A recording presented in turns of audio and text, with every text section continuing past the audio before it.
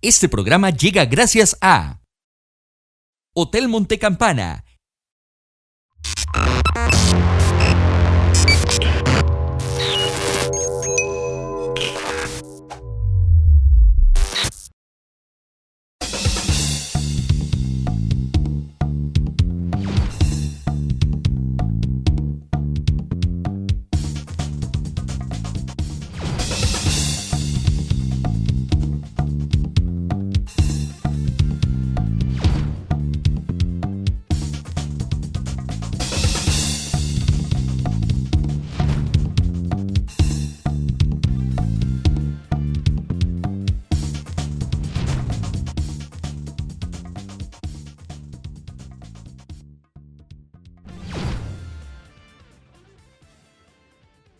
Hoy en día se habla mucho del amor a la camiseta. Álvaro Solano nos cuenta que él conoce desde los túneles del Alejandro Morera Soto, desde donde se podía entrar, camerinos, el antiguo marcador. Bueno, se conoce el estadio Alejandro Morera Soto como la palma de su mano, como si fuera la sala de su casa. Y así sentía la camiseta y la siente hoy en día. Le preguntamos cómo se da esa relación hoy en día con los jugadores actuales de Alajuelense. Y no solo los de ahora, de este año, de los últimos años. Sienten igual la camiseta, la llevan pegada al corazón. Escuchemos lo que Álvaro Solano, un histórico de Alajuelense, nos dice al respecto de esto. Año 73, llego a sexta división por medio de un equipo de Rolando Riquelme Espinosa. Era un equipo del barrio, se llamaba Atlético Nacional. Prácticamente ese equipo pasa como representativo de la sexta división de Liga Deportiva Alajuelense. Vivía a 150 metros del estadio, entonces eso me facilitaba todo. Y llego mucho antes, pero no en forma oficial, no en forma de competencia deportiva todavía, sino a escuelas de fútbol que dirigía Hugo Tazara, pero en el año 73 ya empezamos en la parte federada. Estuve 2 años y medio en esa sexta división, luego paso a lo que es hoy el alto rendimiento, con 14 años, y a los 15 años Juan José Gámez me invita a participar en primera división en el año 77 y ya ahí arranco mi carrera ya en primera división hasta el año 91.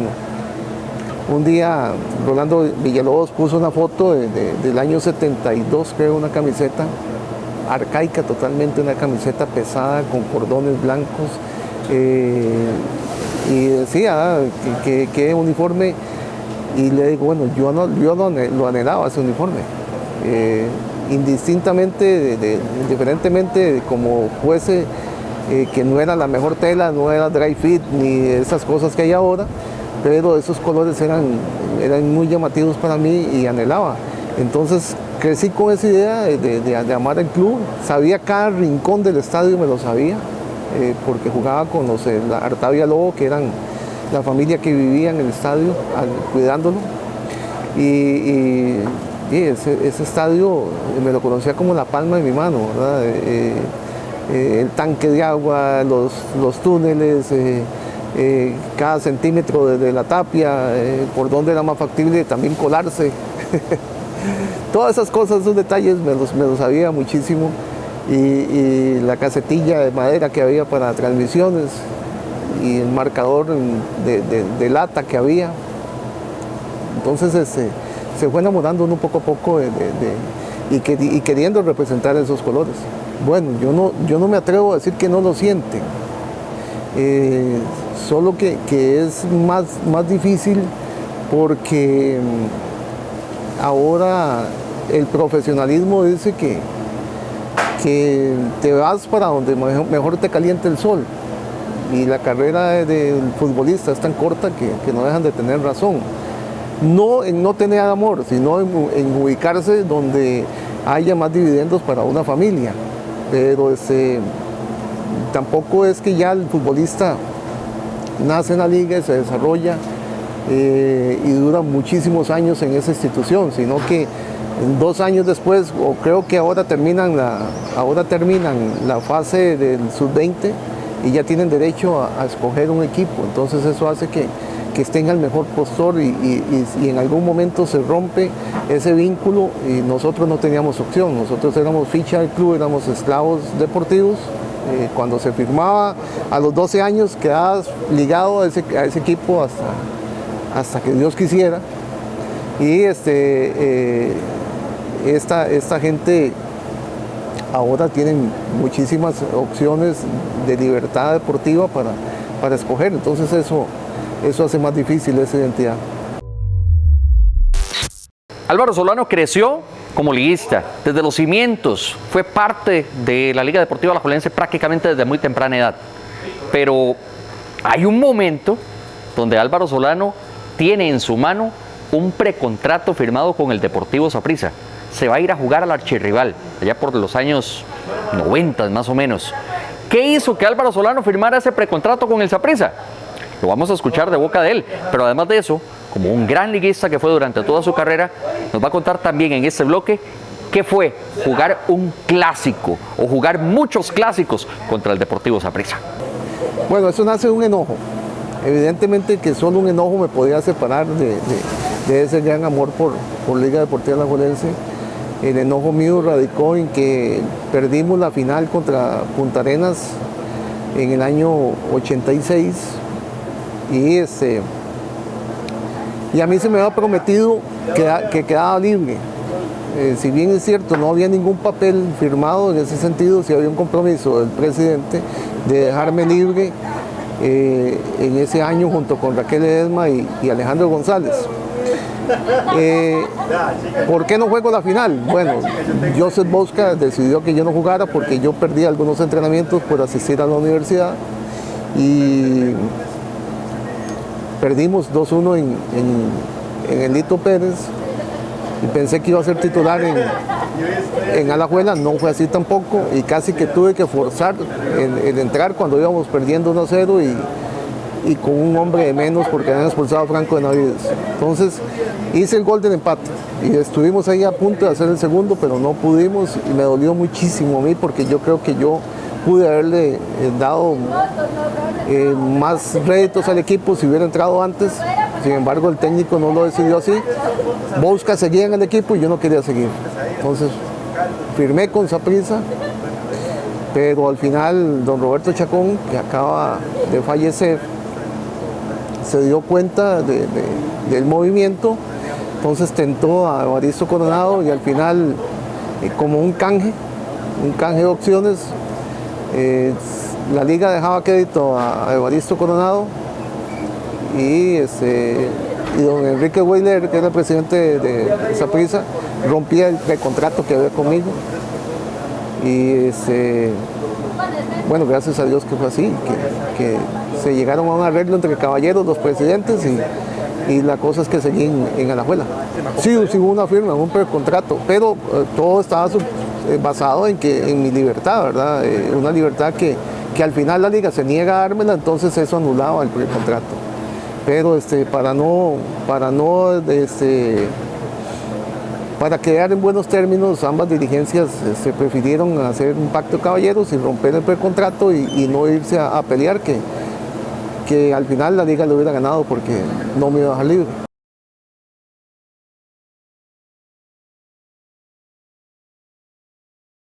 Mire, no vamos a desmerecer la gran labor que vino a hacer don Iván Braz en el año 78, pero ya empezó a ejercer en el 79, toda una revolución desde el aspecto físico principalmente y de organizativo de los equipos, la disciplina que él implantó, el doble entrenamiento hasta el triple entrenamiento, la profesionalización del equipo, la implementación de los recursos.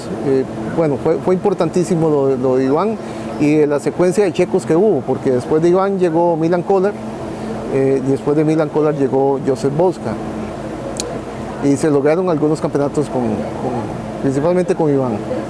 Y yo siento que el mejor de ellos en el aspecto de dirección técnica era Milan Kolar, que no logró ningún campeonato, desgraciadamente, pero sí dejó una escuela, nos dejó impactados por su manera de trabajar y desdichadamente no pudimos obtener ningún campeonato con él.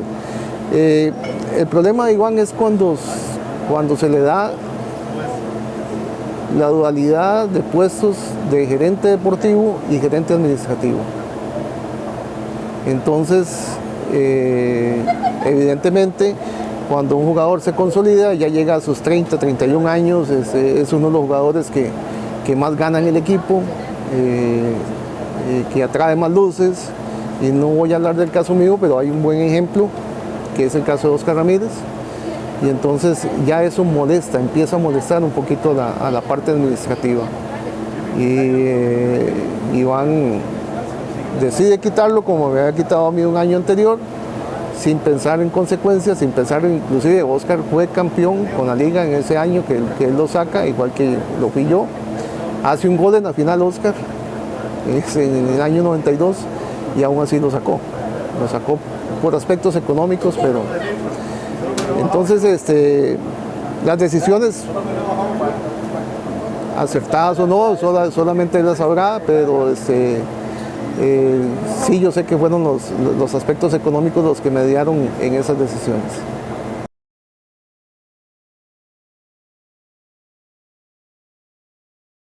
Sí, no iba a ser fácil, no iba a ser fácil. No era un asunto tampoco de dinero, era secundario, era un aspecto de valorización que sentía yo que no se me estaba valorando, principalmente por parte del técnico, de Joseph Bosca. Y ahí era el enojo, porque se había perdido un campeonato que estuvo ahí para nosotros, si no es por algún manejo táctico que no se dio durante esos 2 partidos, y eso me causó muchísimo dolor, porque como liguista que soy, ¿verdad? Inclusive yo le decía a alguna gente que en ese partido, en ese segundo partido de la final con Punta Arenas, si bien el enojo mío era tan grande contra Joseph Bosca, yo pude haber entrado y boicotear a Bosca y que perdiera el campeonato al igual, pero soy tan liguista que eso no me permitía. O sea, estaba por encima de mi enojo los intereses del equipo, entonces hice hasta un gol del empate, pero no nos alcanzó. Y sí, las consecuencias hubieran sido tal vez inimaginables, ¿verdad? Porque era un jugador liguista muy identificado con el equipo, le hacía goles a Saprissa, y siempre expresaba que Saprissa era mi rival directo. Entonces, yo siento que no sé cómo lo hubiera aceptado el equipo morado y mucho menos la afición liguista, ¿verdad? No creo porque hubiese sido señalado, marcado por la afición, ¿verdad? Tal vez injustamente, como fue el caso de Óscar Ramírez.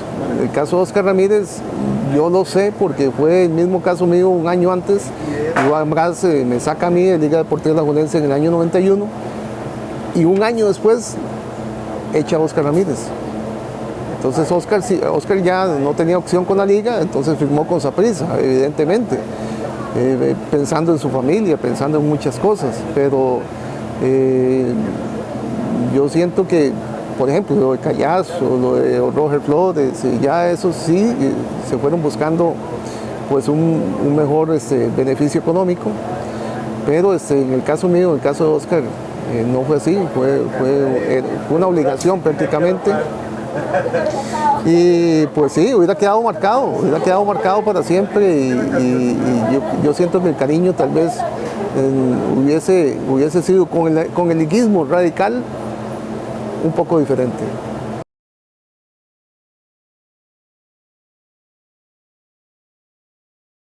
Mire, el clásico me exigía a mí al máximo y tenía mucho control mental, que era precisamente un aspecto fuerte en los clásicos que yo aplicaba.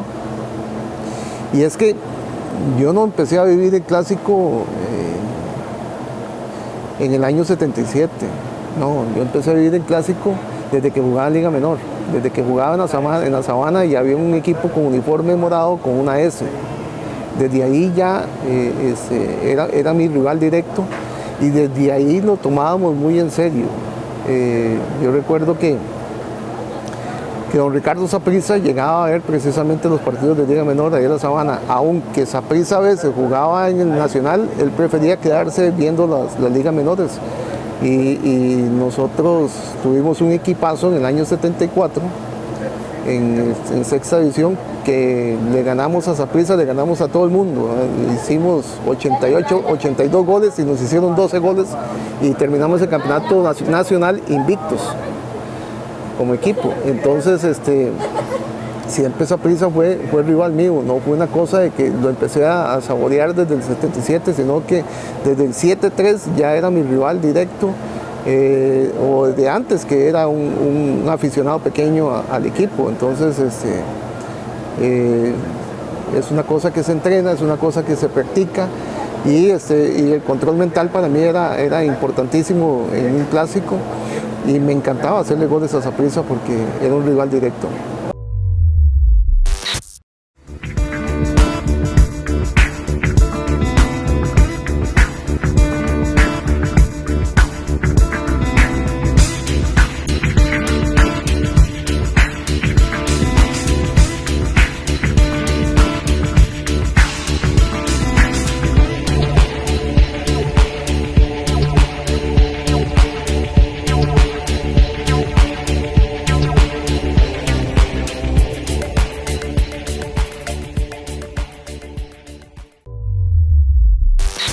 Una de las grandes gestas históricas del fútbol costarricense, por supuesto que es Italia 90. Ser parte de ese proceso, estar en juegos eliminatorios y a pocos meses saber que no se va.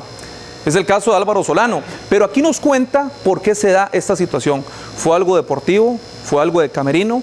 ¿Fue algo administrativo? Aquí nos dice qué pasó con Marvin Rodríguez y con Bora Milutinovic para que él no fuera al Mundial de Italia 90. La decisión de Bora. La decisión de Bora fue la que faltó, de verdad. El banderazo de él, el acuerpamiento del cuerpo técnico precisamente que Bora escogió. Se dice mucho, yo siempre lo he pensado, no sé por qué, pero a través del tiempo, algunos decían que era Leroy Lewis, en desquite por lo de la liga, que él no había tenido un buen paso, entonces, pero también Oscar Ramírez había sido señalado por él y Oscar fue. Algunos otros decían que Rolando, que Kenton, bueno, lo cierto del caso es que la decisión 3 meses antes de que Bora llegara, yo prácticamente estaba descartado. Yo no era un jugador a tomar en cuenta, porque alguien me hizo el flaco favor de recomendarme mal con Bora. Y entonces a mí se me achaca parte de la destitución de don Marvin Rodríguez, que era el entrenador que nos clasificó al Mundial. Y en esa decisión yo no participé, pero bueno, era el presidente de la Asociación de Futbolistas. Alguna gente pensaba que yo tenía cierta injerencia en la toma de decisiones del grupo, que influenciaba. Lo cierto del caso es que no fue así. La iniciativa nació de otras personas y al final fui señalado como el autor intelectual de que don Marvin no fuese el entrenador de Costa Rica y que en su lugar viniese Bora. Entonces ahora, ¿qué es lo que cuando él llega, lo primero que le dicen? Hay un jugador así,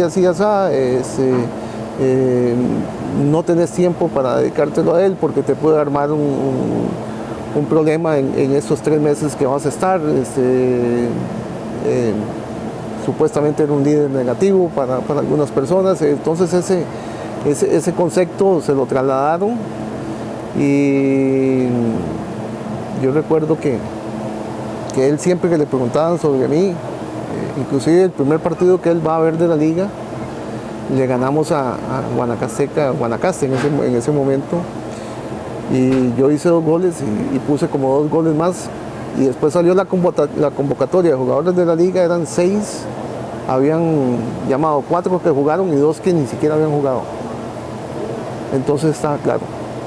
De ahí yo me di cuenta que estaba fuera del Mundial y no hubo manera pero cada vez que lo entrevistaban él decía que no mediaban aspectos deportivos, sino que mediaban otras cosas.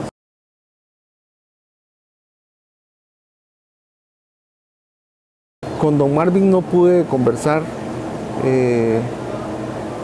fue un asunto, me hubiese gustado conversar con él, ya está fallecido. Con Bora sí conversé, lo hice en el año 92, nos habían invitado a Gabelo, a Rolando Villalobos, a Roger y a mí, a una actividad de ticos allá en San Francisco, California, y ellos lo llamaron. Entonces, en algún momento Rolando le dijo, aquí está Álvaro Solano, quiere hablar con él. Entonces él aceptó. Y bueno, ahora es muy especial, ¿verdad? Siempre usa malas palabras, ¿verdad? Pinche y esto, ¿verdad? Y cosas así, ¿verdad? Entonces ya me dijo que me volvió a ratificar lo mismo, que no había sido un aspecto deportivo, sino que había sido un aspecto de organización del equipo y de que él pensaba de que mi participación ahí podía desestabilizar en algo el grupo. Bueno, yo siento que también lo de Bora iba más porque él tenía una idea fija. Él se basaba en 13 jugadores, porque hay que recordar que antes los cambios eran 2 apenas. Entonces él se basaba en 13 jugadores y lo demás era relleno. Y esa idea siempre la practicó en los mundiales hasta que las normas empezaron a cambiar. Pero entonces, bueno, ahí fueron muchachos que no habían participado en la eliminatoria, que tenían obviamente sus méritos. Y lo importante es que la historia le da la razón a él, ¿verdad? La historia le dice que no faltó ni Enrique Díaz, ni faltó Evaristo Coronado, ni faltó Carlos Mario Hidalgo, ni Leoni Flores, ni Álvaro Solano. Sí, pero era muy claro lo que él quería, ¿verdad? Él quería un grupo más aguerrido, un grupo más defensivo, menos ofensivo, casi no llevó delanteros. Y todos eran, yo recuerdo que por ejemplo el partido contra Brasil prácticamente no llegamos al arco contrario, ni hicimos un disparo, pero apenas nos ganaron 1-0, ¿verdad? Entonces estaba muy claro que el esquema que él iba a usar y el tipo de jugador que él iba a necesitar, bueno, no era Álvaro Solano.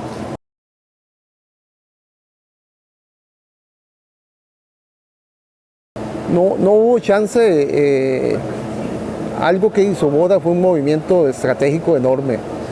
Sacar el equipo de Costa Rica en esos 3 meses fue importantísimo para poder trabajar tranquilamente.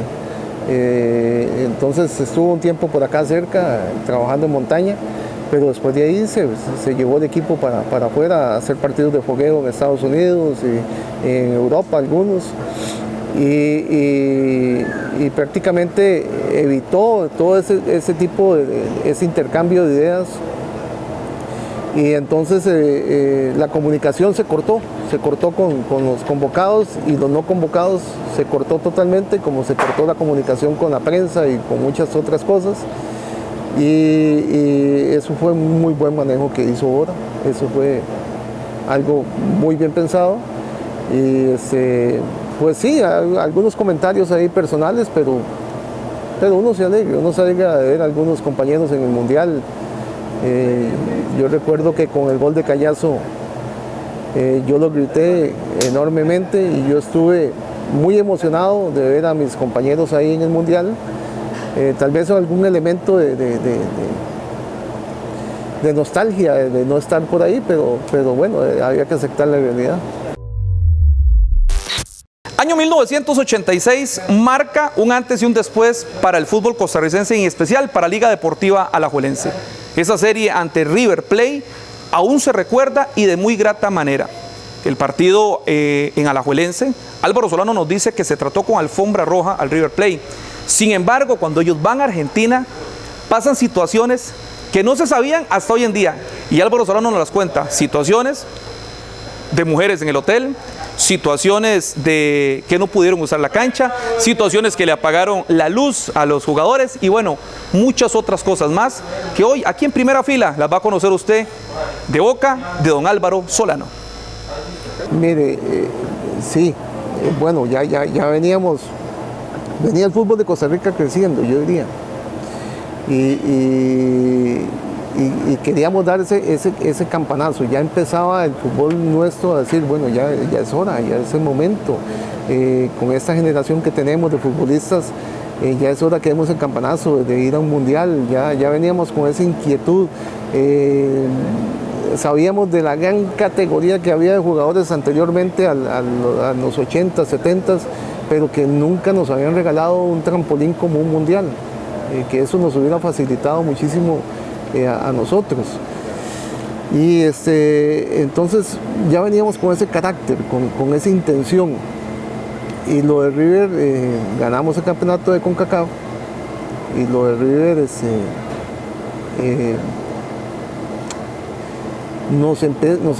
empezamos a sentir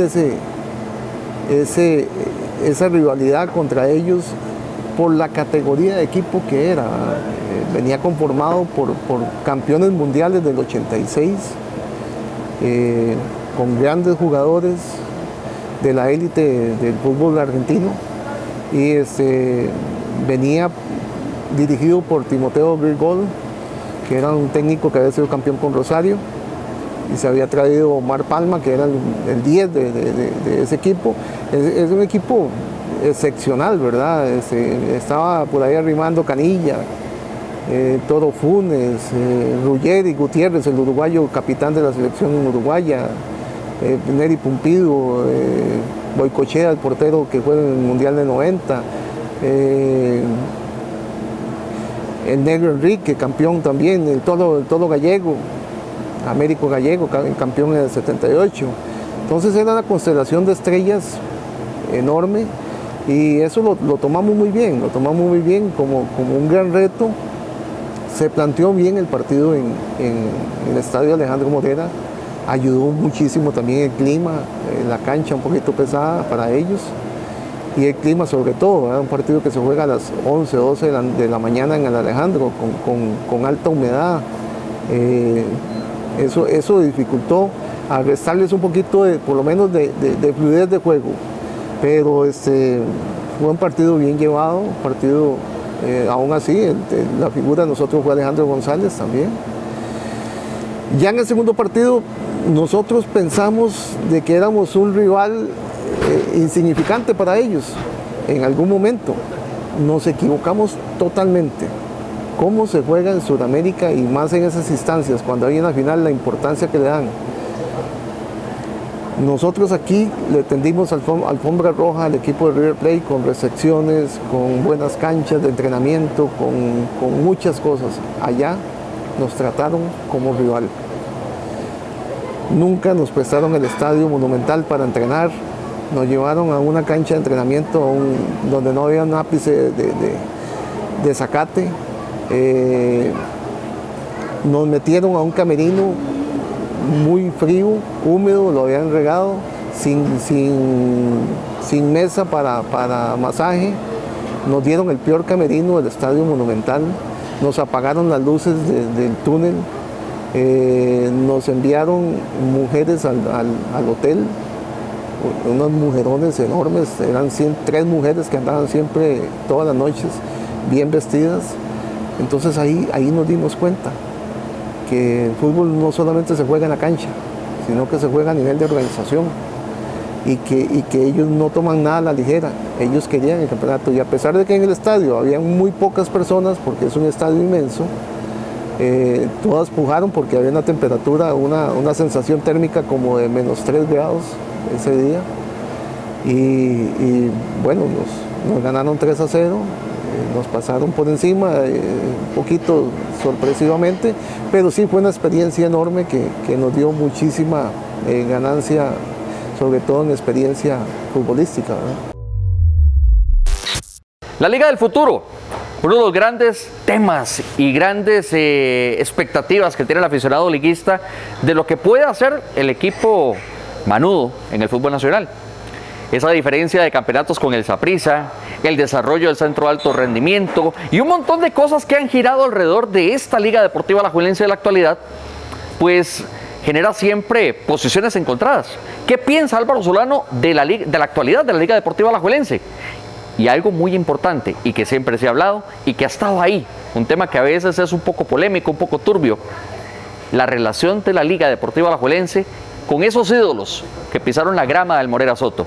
¿Qué piensa Álvaro Solano de todo lo que gira alrededor de la actualidad del equipo Manudo? Lo escuchamos acá en primera fila. Y es que a mí me deja, porque yo he vivido varios procesos así. Viví épocas de muy pocos títulos, épocas donde la dirigencia, por ejemplo, don Roberto Chacón, en el año 80 terminamos campeones y el equipo se desarma. El equipo se desarma totalmente para el 81-82. ¿Buscando qué? Buscando la proyección de lo blanco, del cemento, buscando construir graderías, buscando ese beneficio para el club. Y entonces comienza a quitársele presupuesto al equipo para dirigirlo más a lo que es la construcción de obra gris en el estadio. No está mal, no está mal. No está mal, pero yo siento que debe haber un equilibrio. Hoy por hoy en la liga estamos muy concentrados en el CAR y todos los liguistas estamos muy contentos del CAR, pero de repente es como nuestro ideal y no hemos podido todavía tener los frutos de un CAR y alcanzar los beneficios en la parte deportiva. No hemos logrado esos títulos que son tan importantes ni en la gestión de Fernando Campo. Esperemos que esta gestión de Joseph sea diferente, pero es un débito que tiene el equipo. Es un pendiente importante el que esa distancia entre los clásicos y que esa distancia en títulos que tiene Saprissa se acorte lo más pronto posible y que ese CAR empiece a dar sus frutos lo más pronto. Yo creo que el liguista eso es lo que quiere.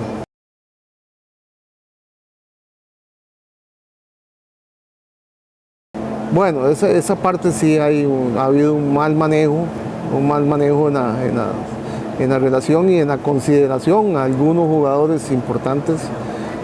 Yo no digo que con todos, pero tal vez algunos jugadores históricos de la liga que son emblemáticos deben de tener algunas ventajas, por lo menos entrada o un palco en el estadio. Jugadores como Wilmer López, como Carlos Castro, como Alejandro González, como Javier Jiménez. Para mí deberían tener esa ventaja, ¿verdad? Obviamente que hay un mal manejo y ya en la parte deportiva la gente piensa que por ser exjugador tiene que ser contratado. No, yo pienso que obviamente que tiene que haber un respaldo de estudio, un respaldo que lo capacite y que lo califique para esa posición.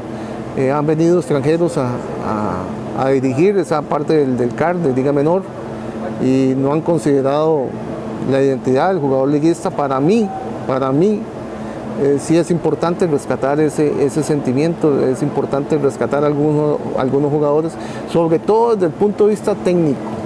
No estamos hablando desde el punto de vista físico, de desarrollo motor, de desarrollo de muchas cosas, sino en el aspecto técnico y de identidad. ¿Quién más que Javier Jiménez, digamos, podría transmitirle lo que es el sentimiento liguista? Bueno, Wilmer está ahí con las mujeres, Carlos Castro. Pero se ha desechado y yo creo que es un elemento, es un recurso que no está siendo ponderado, que no está siendo valorado. Y desgraciadamente la dirigencia en eso ha dado palos de ciego. Hay una intención ahora de hacer una fundación de exjugadores de Liga Deportiva Alajuelense, la cual esta junta directiva está avalando. Entonces vamos a ver si logra cuajarse, si logramos que esta fundación se proyecte, no solamente en lo social, sino también en lo económico, y vamos a ver intenciones. Esa conversación con Álvaro Solano de verdad que nos deja cosas muy interesantes para recordar, anécdotas que están ahí y que han sido preservadas en el tiempo. Este reportaje y esta conversación con el exjugador Álvaro Solano, exjugador de la Liga Deportiva Alajuelense de la Selección Nacional, llega gracias a Hotel Monte Campana, invitándole para que usted venga, nos visite, aproveche los paquetes especiales para que usted conozca las instalaciones tanto acá en Berrí de Heredia, donde nos encontramos, la sede en Escazú, en Garavito de Punta Arenas, en Jacó. Así que pregunte por los paquetes especiales y las membresías familiares que le ofrece Hotel Monte Campana. Así que ya lo sabe, para que esté muy atento y por supuesto los visite, porque es un lugar especial para que usted nos acompañe. Este programa llegó gracias a Hotel Monte Campana,